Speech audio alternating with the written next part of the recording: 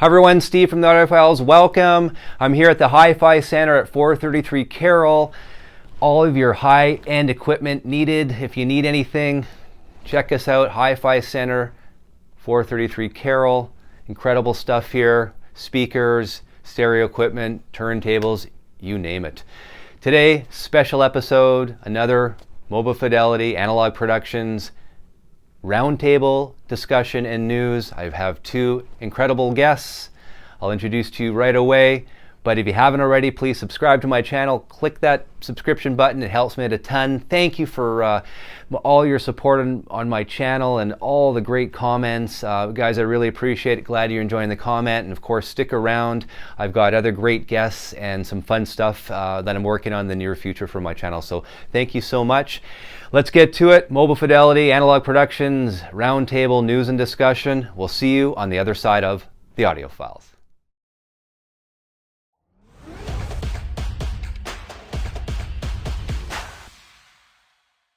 Hello everyone, it's Steve Westman. Welcome to the Audiophiles. I've got two incredible guests today. First guest, as you can see, Nick from Toadhall Books and Records. He also does the MOFI Minute that we know and love for the last couple of years. Nick, thank you for joining me on the Audiophiles today.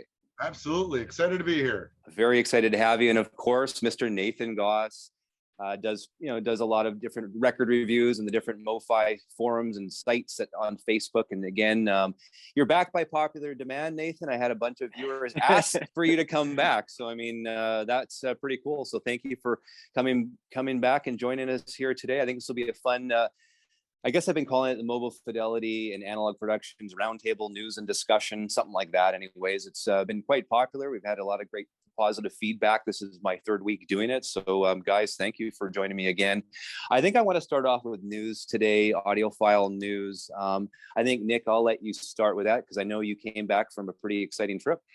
Yeah, just got back from New Orleans. Record Store Day Couch Camp was last week in New Orleans, where basically 100 or so independent record stores gather together. Many of the labels, distributors, pressing plants, pretty much anybody in the biz on the indie record side to get together and discuss everything that's going on in the industry, especially Record Store Day, pressing, all that kind of stuff. So a lot going on down there. A lot. Indie record stores are working their ass off. Let me tell you that way. Those guys are awesome. Well, speaking of indie record store, I mean, obviously my viewers and know Nick, I'm sure, don't now know. I mean, you own a record store. So I was going to ask you too, because I mean, I also run and founded the MoFi Buy and Sell on Facebook, Vinyl Buy and Sell on Facebook, as you guys both know, obviously. Now, free page. Now, I'm finding too, prices are coming down across the board on a lot of titles. Are you finding that at your shop and other places as well? I'm curious to get both of your guys' opinions on that. I think the prices peaked before the DSD news happened. Yep. Okay. Yep. I think it was already starting to calm down afterwards. I think a lot of that's inflation driven. I think, summer, typically there's a lull in record stores, at least in the northern part of the country. Anywhere where it snows, usually there's a summer lull. So I think it peaked already. I have had 0 people trade in Mobile Fidelity records because they're angry that they were DSD. Not a single one has come in. I've offered plenty of people. So let me ask you that then. Did you have any customers contact you after the news a little angry or upset? Did you get those people ask about it? A few were upset. The majority, I'd say 80-90%, were like, well, it's disappointing, but it is still a superior product. It's still the best version I can get. I loved it before I knew the news. I love it now. So, they're going to make it right. That's the general consensus. I have a few people who are a little bit more angry than that, but again, they're not selling their stuff. They're keeping it. Nathan, your thoughts? Yep. Well, Folk Singer and Tapestry were still readily available before all the news broke. I mean, months after the release date, if you look at that compared to just about all the other one-step releases, they were, gone within a week or two after, the street date. So I agree with Nick that things were already kind of settling down you know, I think in the flipper market, right? I mean, I think, Definitely. you know, the hopes of buying one and selling it for 4, 5, 6 times its value just wasn't there anymore. And so the only people that were really legitimately buying them were people that wanted to listen to them, not people that were just after a quick buck. So, Well, I'm also noticing too, guys, on the MoFi Audiophile buy and sell page on Facebook, we're getting a lot of older titles now. If you've noticed, Nick, today, like a lot of MFSL titles, not just the newer MoFis, which I find really interesting as well. So I'm seeing a lot of the older stuff, and if you look at, I mean, they get posted, and I'm seeing like sold right across. So that's very. So a lot of people are going back to the old MFSLs because obviously that would be an analog, right? Or most of them, you know, yeah, they're all analog, of course. So I mean, that I find that very interesting. Where a couple of years ago, a lot of those titles would, you know, stick around a lot longer. So it's interesting times to see that, you know, the change in people's attitudes towards analog versus the DSD step. Yeah, I think the titles, they hold a lot of great weight. People want to buy them up, and some people are starting to liquidate a little bit as times get tough, or they move in or whatever. Obviously, summer there's a lot of change in lifestyles, and they come off some titles and they get gobbled right up. And I'm finding too, Yep. I think there's, I mean, in Nick, we were talking before we started here. I mean, you're seeing sort of pre-COVID sort of sales and numbers at your shop, and I'm noticing that too on the MoFi Facebook page. I'm seeing like a lot more supply now in demand, whereas before there was a lot less supply. I mean, that's basic economics as well. So I'm seeing that, which really tells us there's a lot more supply out there, which is going to drive prices down. So I mean, right now, and that's another thing. I mean, you got Carole King's Tapestry. You know, what was it? The Janis Joplin. I mean, you can probably get those one steps for $89 right now, anywhere. I mean, I think that's probably what you can get them for, which is a damn good deal. They sound great.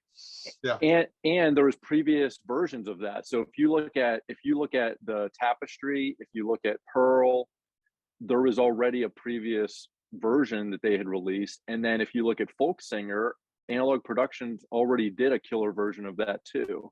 So I think that's also like the market's saturated already with really good versions of those, you know, perennial classics that people love. And so, you know, does it justify buying, you know, another copy that's going to be, you know, marginally better? Maybe, right?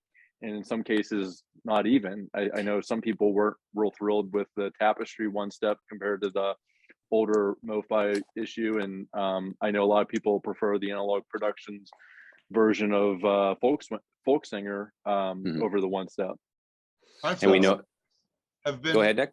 My Folk Singers have probably been my slowest one-step sales, and I think it's exactly what you're talking about. There's already too many other good versions, and the AP version might be superior. So that, but even before DSD happened, that was the hardest one to sell. So right. That's saturated. I 100% agree with you. Well, yeah, I think the Muddy Waters AP for $65 is a steal. I mean, it was cut analog. I think it's by Ryan Smith, if I'm not mistaken. It could have been Ryan Smith. I'd have to look from Sterling, cut that one. And then, of course, Stevie Ray Vaughan's Can't Stand the Weather from AP is another one, you know, really good price. I believe that too was a Ryan Smith cut. Unbelievable, the sound of those two. And I mean, I think, you know, for the price, I think that's where people are turning to as well, getting those ones. It's just value, right, for what you're getting in terms of sound. So it's pretty cool. With those two. So, I mean, yeah, prices have definitely peaked, like Nick said. I don't know where they'll go. I mean, it's all going to be about demand. I think more and more people getting back to work now, right, than ever before. There's not as much work from home. I mean, I'm working, I obviously have a full-time job as well. So I'm listening to less vinyl than I ever did in the last 2 years. It's kind of funny. So, I mean, I have less time, right? As you know, right, you got a family, you go home and all this stuff. So, I mean, I'm doing my reviews and my shootouts when I can. You know, it's not as often now because of, you know, time constraints. So maybe it will pick up come the fall. Let's hope it is after the back to school rush is over, and we'll get some interesting titles. And I think with MoFi too, right, they're going to have their pressing plant up in operation sometime in 2023, I think is the plan. So we'll see what happens there. Hopefully it doesn't oversaturate the industry or the market. So that will be interesting as well. I think we're getting back to regular trends. I think between now, September, and early October are going to be the golden times for people to buy records. If you want the best deal on a MoFi, I think, Steve, you hit it on nail on the head. We always see an uptick in the Christmas season. late October, November, December, January, February. So you want Nick, the deals? I would scoop them now. you're giving the flippers a really good ideas. This is like day trade. This is like day trading audiophile vinyl. Come on, this is crazy. Yeah. But yeah, It's not gonna be I see some good deals right now. I really do. I've seen some good deals. Obviously, you know, I'm pretty involved with it, like most know. So I'm seeing some interesting deals and lots of volume and lots of supply right now. So you're right, Nick. I think there will be an uptick in December. I think on certain titles, though. I think that's going to be the main thing.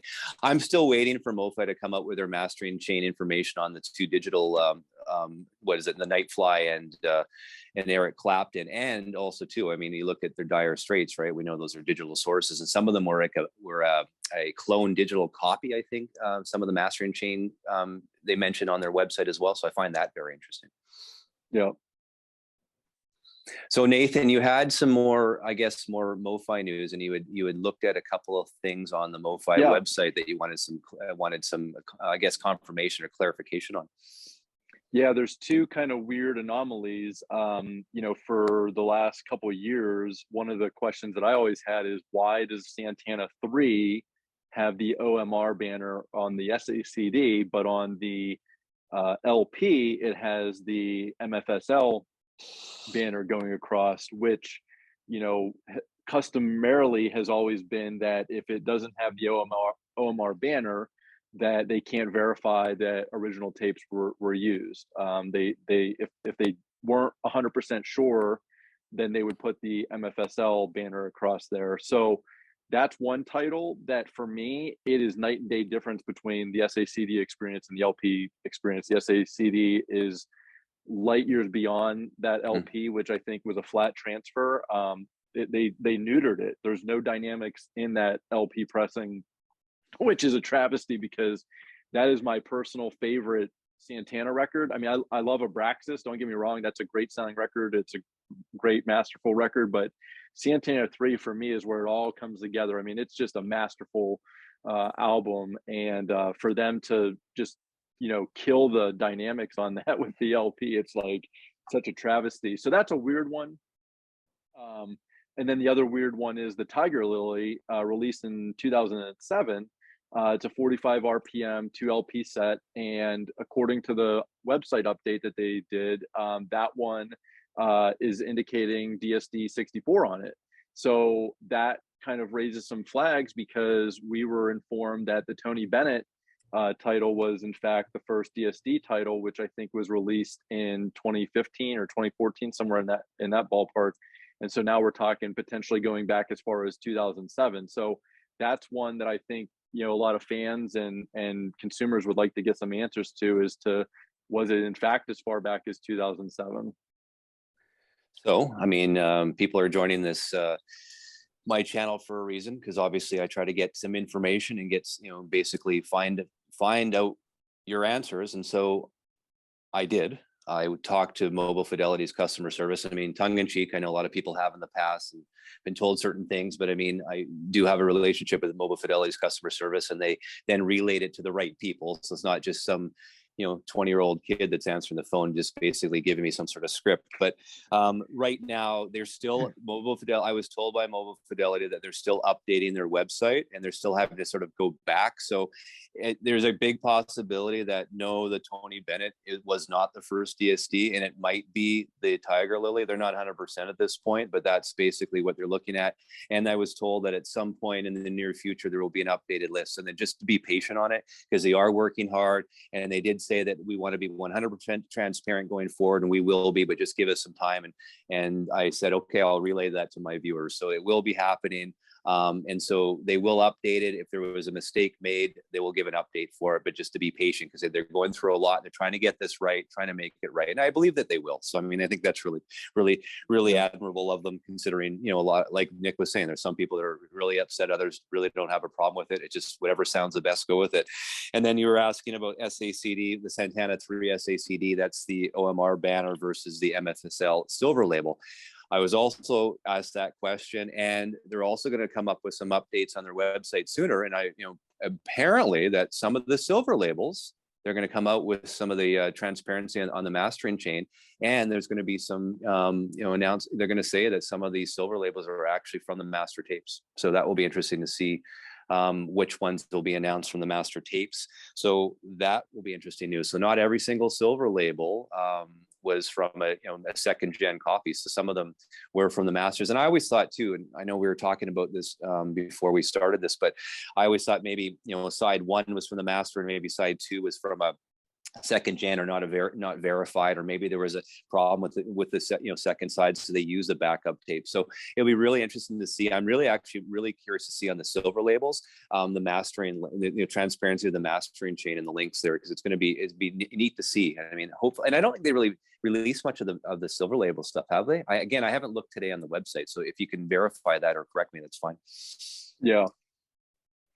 Plus, they were always discounted at like $24.99 or whatever versus the $49.99 or $45.99 for the other titles. So it would make sense that one of the main reasons why they're discounted was because they maybe weren't, getting the 100%, from the direct from the analog tapes. When we found out from the website, I mean, the Bill Evans one step, I think it's the Village Vanguard, that's direct from the analog tapes. I mean, have you looked at the I think was last I looked, it was about $900.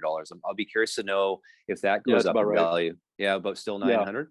I mean, that's a value. Yep. That's a valuable little one step. I mean, that to me, honest to God, that to me, in my opinion, I mean, I'm still a Santana fan, but I feel that should be worth more than Nebraska's. My opinion. Right.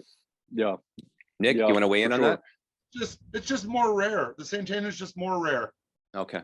There's just more. Yeah. There's less copies of the Santana. It's just like comic book issue number 1 and issue number 2. Those two are always going to be worth more because there's less of them. There's more sought after. Whether you like the music or not, they're more rare. They're harder to get. They command a higher price. I don't think we'll ever see another one step that's as valuable as those two ever. I mean, those two are always going to be the king.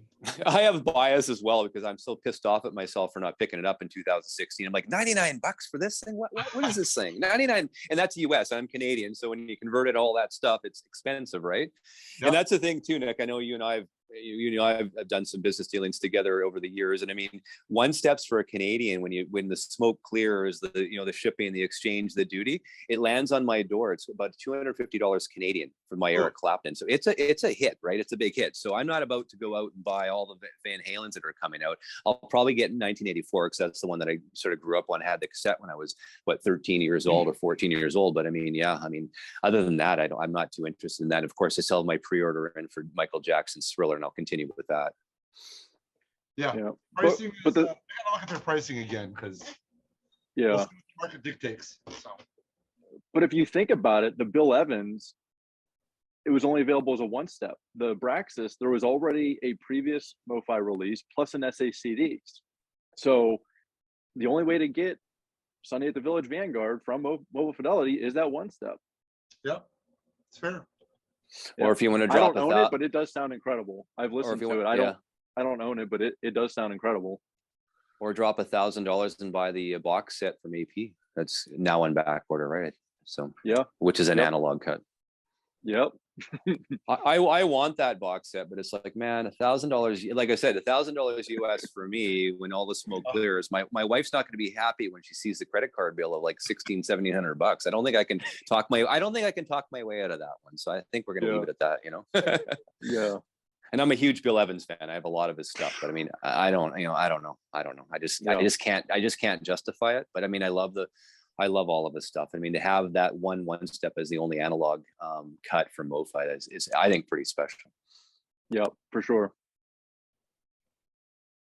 Any other news, Nick, we should know about as we talk audiophile right now that you can? Most of my news is going to come from the record store day world. It's going to come from the pressing plants and coming from just the everything in general. A lot of it has to do with the importance of new records coming out day and day with vinyl. So obviously you guys know that, the digital came out 3 months ago and now the vinyl's coming out 3 months later, right? Like that's super annoying, especially if you have a store or if you're a fan of the music, you got to wait 3 months to get the vinyl. the big stat that's going around is that week one, when a new record comes out, 70% of the money made off that music is sales. 30% is streaming. So they're making the majority of their money on sales. And of those sales, I think another 70% is physical, CD and vinyl. So Atlantic was on the panel and they were talking that they're no more are they going to split the dates. The vinyl and the digital are coming out same day. They call it day and day. All of our releases are coming out day and day because it makes money. That's where they make their money. If you release the vinyl 3 months later, you already missed your selling window. You're going to sell half as much as you would have. So that's a big thing that the industry is waking up to. I also talked to the guys from Universal. Remember the price hike? I was pretty vocal about the Universal price hikes. Got some insight on that. Basically, well, it's nothing new. We all know that everything's gone up. There's been like, they were talking about 3 pellet price increases just this year. And he went down the list of all the price increases and basically said if they wanted to commit to physical, that they had to raise their prices. If they wanted to be here for the long term, they had to do it. And I said, well, why didn't they all go up in Universal? Well, the conversation got a little deeper, and obviously royalties play a part in that.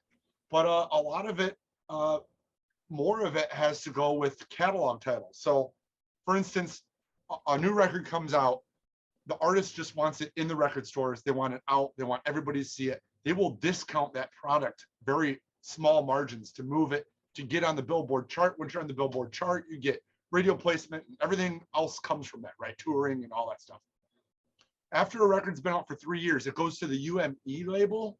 You may see this on the back of your records, the UME.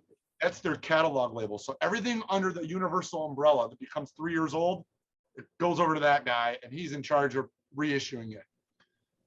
Also, the problem is when he gets it, he'll look at the numbers and say, oh, well, we've been putting this Kendrick Lamar record out for $20 and we've been making like $1. We're going to have to raise the price because we have to make money. So that's why a lot of times you see catalog titles go up in price after a certain period of time. It's because they had to re-look at it as a commodity, as a product, and actually have to make something on it. So it doesn't have that promo value, that let's get it out there kind of thing. So a lot of that played into the price increases individually among all different labels for all different reasons. But they're trying. They showed up, Capitol showed up, Interscope showed up, Universal showed up, UMG, UME. I mean, they're like 50% of the market. Universal's a huge chunk of the market. They showed up, they're committed to physical, they're in on it, they get it, they understand it, they're on our side. Sure, the price increase sucked, but you know who wasn't there? Sony. They just like don't care about physical. They're all about streaming. So, you know, it sucks to have a price increase, but it sucks more to not have a label show up and care about physical music. So, you know, it was nice to see him, talk to him, and you know, they're in on. And there's a lot of other talk about. There's several other topics we could get into, and maybe we'll do another one of these roundtables about them. But that was one of the big ones. Yeah. So yeah, and that's interesting because I mean, obviously we all know that MOFI has a lot of Sony titles as well. That obviously they cut to vinyl. So I'm surprised that Sony didn't have a rep there. I mean, Sony must make a ton off of their digital sales, and at this point, still it seems. Yeah, I think that's their main focus is streaming. Their head honcho is focused on streaming. Okay. You know, okay, like look at the Alice in Chains. Like, oh, we're finally going to get dirt again. It's like you could have been putting out Alice in Chains records for 15 years. Where have you been? You know, I just feel like they're asleep at the wheel. Like, okay, we'll put it out. Okay, we'll put it out. But they're not like in on it. You know, and maybe they'll come around. You know, it could happen still, but you look at Universal, they're just like on the game. They're like, you know, not only are we here, we're in the conversation, and yeah, we have to do this. We're going to do this for this reason. They just have their stuff together. And Sony just isn't there. That's probably why old MoFi is cutting it all. Hey, Sony, we want this. They're like, okay, fine, here you go. You know? Well, that's the thing, and I know one thing just popped in my head. Getting back to the whole analog digital thing that MoFi was doing. I mean, I know if it was a Sony title, they'd have to take their gear up to New York Battery Park and you know, make a copy from the master to DSD. So, and then I think I had a viewer or someone, I was reading one of the forums, and Nathan, you'll remember this as well. You know, because there's some obviously MoFi titles that are cut right, you know, from Analogue. If you look at the ones that they're non-Sony titles. So obviously MoFi was able to get those tapes. I think the Warner Brother tapes. So anything that you see cut directly to, you know, from Analogue tape is a non-Sony tape, you know, product or tape. So those are the ones that you're seeing that are Analogue right now, the non-Sony, like a Warner Brothers thing. So that is the reason. Yeah, anything so Warner Electric Atlantic, they get it too. You know, they're all those guys are good too. So yeah, and if viewers don't know this, and the reason why Analogue Productions can cut directly from the tapes, even though if they're a Sony title, is because they use Sterling Sound. Sterling Sound is a certified mastering engineer studio that Sony allows the tapes to be released to. Whereas, of course, MoFi, they're not going to let, you know, Michael Jackson's Thriller go down to you know, California for a little bit of sun and fun, right? It's definitely not going to happen. Yeah. So I think we covered a lot of the news for the week. I think we did more than I was expecting. That's amazing. And I also wanted today, I mean, you know, we talk about MoFi a lot. This is also an Analogue Productions Roundtable. I got my two guests here to pick their 5 favorite Analogue Productions titles, and I want us to go around, and I will tell the audience I didn't bring mine because I didn't want to lug mine on the train into downtown Vancouver because there's not enough room, but I have my list here. I know you guys brought your actual LP, so that's cool. And I want to go 5 through 1. You know, 1 being, of course, your favorite and why. Explain why. Maybe it's an emotional reason, maybe it's a sound reason, mastering reason, maybe it's a childhood thing, brings back memories. But this is about talking about music and getting back to the roots. And I mean, we've been the last 3-4 month now, it's DSD, MoFi, all this stuff. I think this is what viewers want to hear and see from us again. So I think this will really be really fun to bring it all back to where it once was, you know, pre DSD gate. So I'm gonna start with you, Nathan. You're out of the top 5 Analogue production titles. Start with your 5th favorite title. Go. Boom! Right here, Bags Groove, the Miles Davis. Tell us about it. I figured I'd start in mono, okay, because I have a lot of mono records. I do not have anything that sounds better than this. This is. And I have quite a few of the prestige titles that they did. And they all sound fantastic. So we're talking like, you know, minuscule, you know, amount of difference here, but this just sings above everything else. Like the moment that you put this on, it's like a sledgehammer right across the face. When that horn hits, I mean, it is just popping. And so to me, this is the best thing that they've released mono. So if you're a Miles Davis fan, if you're a mono fan, if you are just, I want something that sounds spectacular, this is it. And quite honestly, the prestige titles for $40, when you look at some of these new release titles that are going for $40 from some of these newer artists, like to me, this is like just a no-brainer to you know, invest in something like this. So this is number 5 for me. Number 5. I have the SACD. It's great. And let the audience know it was mastered and cut by Kevin Gray at Coherent. Kevin Gray. Yep. Okay, Nick, your turn. Number 5. Number 5. This one's a placeholder because it's at my dad's house, but the 200 gram, 45 RPM. Nice. Christmas. Woo. We do it every year on Christmas weekend or whatever. They should have never put that bad boy on a print because it sounds so good. We usually listen to it, you know, like I said, at his place, so I couldn't. Obviously, they live kind of far away from the store, so I couldn't go grab it. But the 2LP 45 Analogue Productions version of the Charlie Brown, which actually has become the best version you can get. But I mean, who doesn't like that? It's just a favorite. It's just like a, you know, it just hits that right spot. Like every Christmas you put it on, 2LP 45. You can probably get it at a pretty good price right now because it's not Christmas time. Pick it up. maybe at Toadhall Books and Records too might have a few copies, I bet, or maybe. I have the craft. I mean, I have the craft silver. You have the vinyl. craft one. Yeah. The Analogue Productions is the one to get. I think they did a 33 as well. They did a 33, 45. They're both good. I mean, they're worth the money. I know the 45 was going for like $200. Yeah, I saw that. You probably get the 33 for like 50. It's probably just as good. Probably worth it. Yeah. So my fifth, Yep. and I'll put it up on the screen because I don't have it here, obviously, is the Doors LA Woman 45 RPM cut, mastered by the late Doug Sax. I mean, I can listen to LA Woman over and over and over again. I feel that is the best sounding version of that song by far.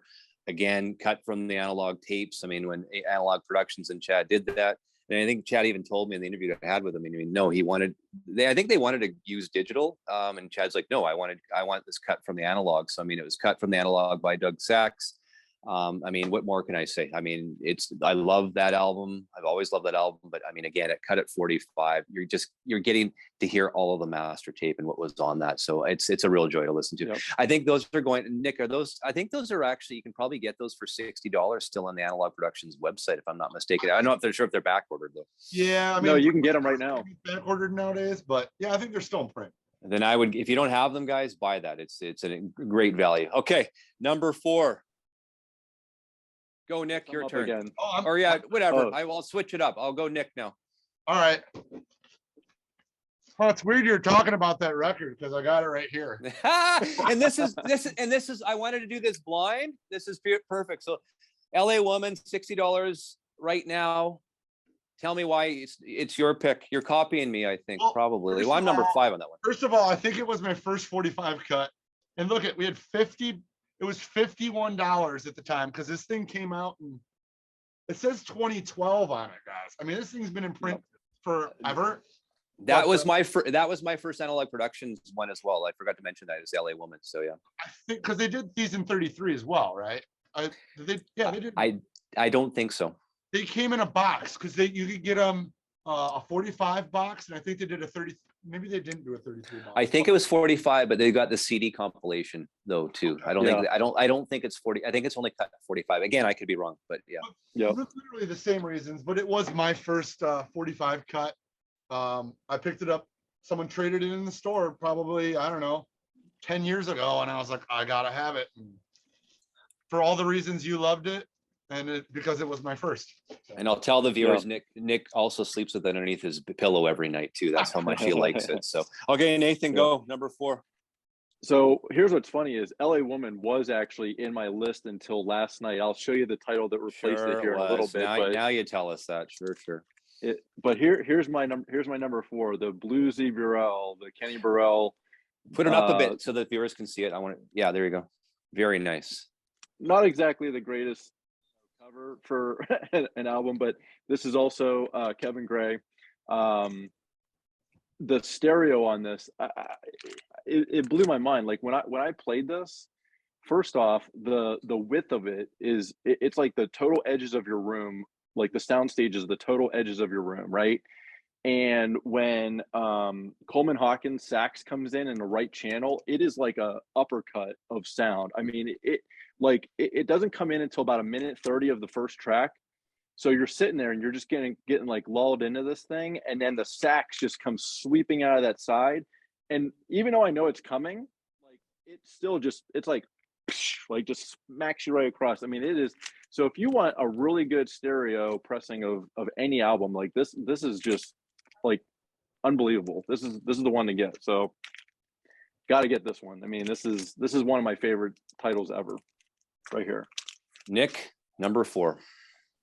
I just did. You're number 4. It's my turn. I'm already getting confused. Yeah, my God. You're 4. Okay, my 4. Thank you. So my number 4 is Hugh Mescala's Hope, which was a live recording done in Washington, D.C. and 2 nights in August. I believe it's in 1993, mastered by Kevin Gray. Of course, it's an Analogue Productions album, guys.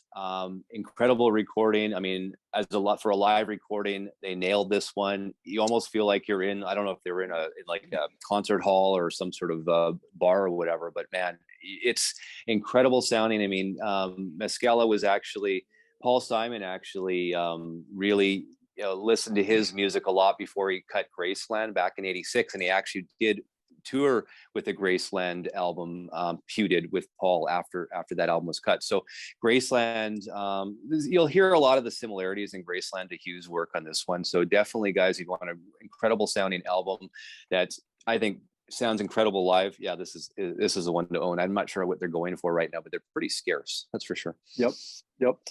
Okay, number 3, go Nathan. Okay, so this is the title that did replace LA Woman. This is Willie Nelson, Stardust. 45 RPM. This is Bernie Grudman. I give the slight edge to this. It did eke out LA Woman just a little bit. This was recorded in 10 days. Okay, like this, I don't understand how good sounding this record is, and they did it in 10 days.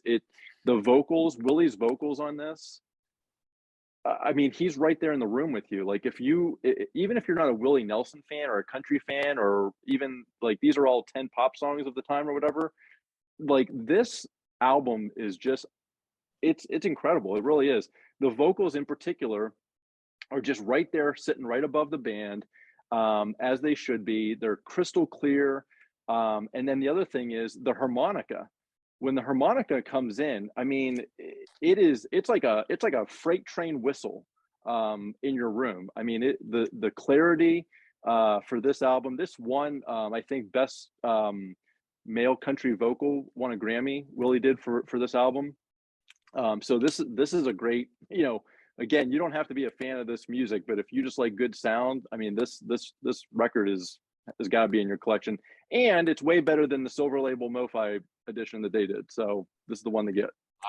There's the scoop. That's what. Whoa. All right, Nick, go. Give it. Let's hear this one. I knew you guys were going to go a lot of jazz because obviously, Analogue Productions, a lot of jazz, but I'm more of a rocker. Yeah. Second helping. Now, I don't have that one. If you don't have, well, you have Pronounced, which is the first one. Mm-hmm. Yep. Okay. Everyone should probably own both of them because, well, they were made so freaking close together. In fact, Leonard Skinner wrote the whole first album, and before they even had it pressed, was made, like it was even produced or finished up, they're like, we got to go back in the studio. We got to go back. I want to record more songs. And they're like, we haven't even put out your other album. I guess we'll let you record it. It was Sweet Home Alabama. On the second album. It's on second album. So Sweet Home Alabama did make it onto the second record. But the first 2 records are basically greatest hits. I mean, Sweet Home Alabama, Don't Ask Me No Questions, Working for the MCA, Ballad of Curtis Lowe, Swamp Music, Call Me the Breeze. I mean, between that and those 2 records, make up the hits. They need to be owned pretty much, in even if you just get a regular old school copy, because you guys someone's just getting into Skynyrd. Second Helping and Pronounced Leonard Skynyrd are highly recommended. I don't know if these are in print still. I think they're back ordered. I think they just came back. At least in the last few weeks, you could get them again. Yeah, definitely. Yeah. You might want to pick them up while they're still cheap, because and how much are they, Nick? About 60 as well for those ones? They're 61 retail. This one, and when they go out of print, you can't get them. You know how the prices go, but they're 61 retail, I think. My number 3, gentlemen, Lightning Hopkins, Going Away. I mean, what can I say about it? Mastered by Doug Sachs again. And what's cool about this, my viewers might not know, is Rudy Van Gelder actually recorded this album. So if you're a jazz guy, Lev Miles and all those guys, it was recorded by Rudy. So I mean, you really pick up on Lightning Hopkins' guitar, the acoustic guitar. It really sounds like you're right there with them in the room. I felt that way. So if you can picture, and I know on some websites you can see Rudy Van Gelder's studios, you can almost picture where Hopkins would have been playing this and the way it would have been set up. So I feel the Lightning Hopkins guys, I'm almost speechless, because I actually listened to that album last night.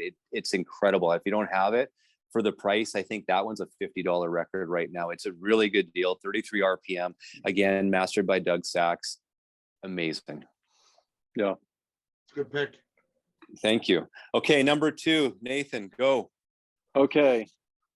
So I know what you're going to say. You're going to say, hey, that's not a Analogue Productions title. And you're right, it's not. But I want to show you guys a cool life hack. If you tap this lower corner, the one that the guitar is facing, you tap this 3 times. Yeah. Open up the box. And believe it or not, Niels Lofgren live is inside. It's a better album and it sounds way better. So did you let MoFi customer service know what happened? Maybe they'll give you a refund. I'm sorry, but if you want like, here's the thing. I play acoustic guitar. I've recorded acoustic guitar. If you want the best sounding version of an acoustic guitar, I've yet to hear anything that sounds this good. I mean, you get the body and the richness of the guitar here, but you also get all the high end, the fidelity. This is cut by Ryan K. Smith, and this was released as a 45 RPM deluxe set. I actually prefer the 33 RPM that you see here, mainly because it's a live record, and the flow of it, I just feel like makes more sense. You're not flipping it every seven minutes or whatever. But he does a lot of harmonics on the guitar, and all of them just sound, I mean, you can hear all the nuances of the guitar, and it's sprinkled in there. This one comes in and out of availability, but man, when it's available, you've got to pick this up. I mean, and even if you're just looking for like one demo track, Keith Don't Go has got to be a demo track off of this LP. It is everything you could dream of when you're demoing, equipment or gear or whatever. That's the track to go to on this. So this is the one to get, and this is my number 2. So I love it. So is it recorded where you can actually hear his fingers sort of rubbing on the guitar strings if you listen close enough? Oh yeah. I mean, that's amazing. All the resonance. I mean, like I said, the body of a guitar, to get that full deep sound without it bloating and distorting and everything it's hard to do. And to get the harmonics, and I mean, everything is there. I mean, it's a really well done. That was recorded in 1997. But I mean, it's in the room with you too. And that's the other thing I like is that even though it's a live recording and you can tell that it's live, I mean, it feels like it's live in your room as well. It doesn't feel like it's like this distant concert that's happening, somewhere else. I mean, it feels intimate, I guess is the best way to kind of put it. So Nick, if you're ever needing to go on a date and you have a date, you can put that record on for an intimate dinner with Niles. I got to get that. I got to bring that in the store. That's coming. There you go. Okay, number 2. The record that got me into jazz, and a lot of people into jazz. I mean, you can play that. You could play that record all day. I mean, this is like when people come in my store and they're like, "I don't know anything about jazz. What do I buy?" This is one of the 3. It's like Kind of Blue, this, and Gets Gilberto, which I could have swapped that one out too. Like that would have been, because Analogue Production has a version of that too. So right. 2 LP 45 that gets played quite a bit in that collection. That always comes on. I mean, that's probably like my most played 45, honestly. Jazz record. Yeah, that's probably my go-to right there. Yeah. Time Out to a whole side by itself. I mean, it's glorious. And it's again, I get a lot of people that come over to my house that aren't huge jazz audiophiles. They're still getting into jazz. They're trying to learn about it. Yeah. That always gets them. Yep. Yeah, it's a stunning one. It's stunning. I mean, again, cut at 45, and that was mastered by Bernie Grun. Yep. My number 2, we haven't talked about any of these yet, but Miles Davis, KOB, Kind of Blue, UHQR version, mastered by Bernie Grunman. I think that was released. When did that come out? Is it April or this year sometime? I can't remember the exact. It was early part of the year, April, May, whenever it was. Clarity vinyl, obviously in the big UHQR box. Now they use the same metal that was used, I believe, from the Classic Records pressing back in 1992, 93. Again, I don't remember the exact dates. I don't have my notes, but I have both both pressings, and I think I did a shootout on them in one of my videos way back. And yeah, of course, with the Clarity vinyl, you just get, it's just much more, it's much more quiet. I mean, you're just hearing all the nuances from the different instruments there. And that record just blows me away when you just drop the needle on the very first song, and you listen to it all the way through. So that's my number 2, Miles Davis, Kind of Blue. And of course, talking with Chad, they are going to come up with a 45 RPM version at some point within the next year. But I mean, the 33 is great to me. I've got X amount of copies of KOB. I don't know if I'm going to add to my collection, because I mean, really, I don't want to have to get up after every song. Right. Yeah. The flow of that album, I think, makes sense at 33. Well, sometimes I have the CBS Jazz masters of that on CD, which was actually mastered from the original analog tapes, and I like listening to that CD because it just, you press play and then you don't have to ever get up again. So it's depends on my mood, right? Really depends on my mood if I want to get exercise or not. Okay, number 1, Nathan, go. Your top pick from Analogue Productions. Go. All right, so the Holly Cole Temptation box set is going to be my number 1 pick, which was also released as a 2 LP set. So you can get the 4 LP set or the 2 LP set. But unlike some of the other ones they did, they're actually very different. So the 33 RPM version was mastered by Doug Sachs, and the 45 RPM was Bernie Grundman. And I've toggled these things back and forth. They both sound like absolutely amazing. Both versions. It's weird though, because I feel like the Doug Sachs 33 RPM, it's like a tamer version. It's almost like like less is more with it a little bit, but it's still, I mean, it sounds phenomenal. Like it just seems like it's maybe like more stripped down. And then you put on the 45 RPM Bernie Grundman one, and it's like, I mean, it's more, it's like wider, it's deeper. I mean, the vocals on this are really what are impressive. My big thing is if I'm listening to a vocal record, I want to hear the vocals. I want to hear clarity. I want to hear them clear. I want to hear them cutting above the band.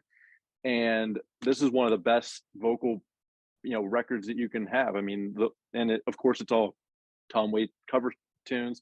So if you're a Tom Waits fan, this will appeal to you as well. But and here's the other thing, like these box sets, in my opinion, these are way better than the one steps in terms of the packaging and the overall just look of them. I mean, I feel like these are high quality, even though, they may not be on super vinyl or whatever. I mean, these boxes are more sturdy, more durable, more, eye appealing in my mind. It's like high quality photo on the front, unlike this guy right here. Nathan has a big problem with the Eric Clapton one step photo, man. That's for sure. Well, that's good to know. Okay, Nick, I want to know your number 1. We need a drum. We need a drum roll. I need a drum roll. Come on, Nathan. There you go. I cheated, sort of. I got the 200-gram Classic Records Zeppelin. Classic Records was purchased by Analogue Productions. And I know he's got these son bitches somewhere in that vault. He's got to have. You know what? I asked him on my interview, if you guys remember, I said, Chad, I mean, a lot of rumors going on. You've got the medal for Led Zeppelin, but he was didn't really give me an answer to that one. That would be the way. Yeah. Not surprised that we didn't get any info. And well, it's a licensing thing too, right? I mean, who knows? Yeah. Well. Yeah. I'm hoping, I got my fingers crossed that Chad gets the green light and gets to reissue these things, because they are the ultimate versions of the Zeppelin records. Obviously, because all we have had is just kind of an off the shelf, $24 digital. Yeah. So this is the obviously superior. I will say I've got Zeppelin 4 Classic Records that I actually did an unboxing or unsealing of that one, and I did listen to it compared to my original. Man, yeah, the Classic Records Zeppelin guys, if anyone doesn't own them, have a look. They aren't cheap, but I mean, you won't be disappointed. Those were mastered by Bernie Grundman, just so everyone knows as well. I got 4 of them. If anybody's got a Zeppelin, I think I got 5 of them. Anybody got a Zeppelin 2 they want to come off of? Okay. And my number 1, you've seen it already. My number one best sounding in my collection, Dave Brubeck, Timeout, 45 RPM cut, mastered by Bernie Grunman. And again, Wow. there it is there. Yes. If you're getting into jazz, any of my viewers want a jazz record, this is the one I think you should get, along with Kind of Blue, of course. I mean, those are no brainers. But again, like Nick was saying, look at it. I mean, I love the 6i. You got the 6i there. Very heavy vinyl, 180 vinyl there, 6i. There it is. Beautiful, beautiful. 45 RPM cut. Again, yeah, you got to get up every 7 or 8 minutes, but definitely, sit there with a nice cocktail, wine, beer, whatever. You will enjoy it. If you're a first time listener of jazz, you'll get into it. You'll start buying more Brubeck. You'll get into some Davis after that. This is a must own for any audiophile, I feel. If you don't have the 45 RPM cut, you need to buy it. I really do think you need to buy that in Kind of Blue. I mean, it's a no brainer. Yeah, the drums on Take 5 alone are worth the price of admission. I mean, when you hear those drums and it sounds like an actual kit, right? Compared to a lot of the stuff that we get where it sounds like this processed drum machine garbage. I mean, that's a lively kit on Take 5. So I mean, that's a stunning release.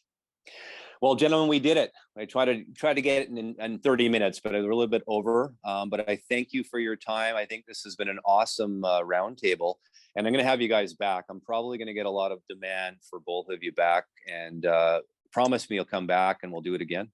Absolutely. Of course. Yep. All right, gentlemen, have a good one. Have a great weekend. Talk to you again soon. All right. See you guys. Bye-bye.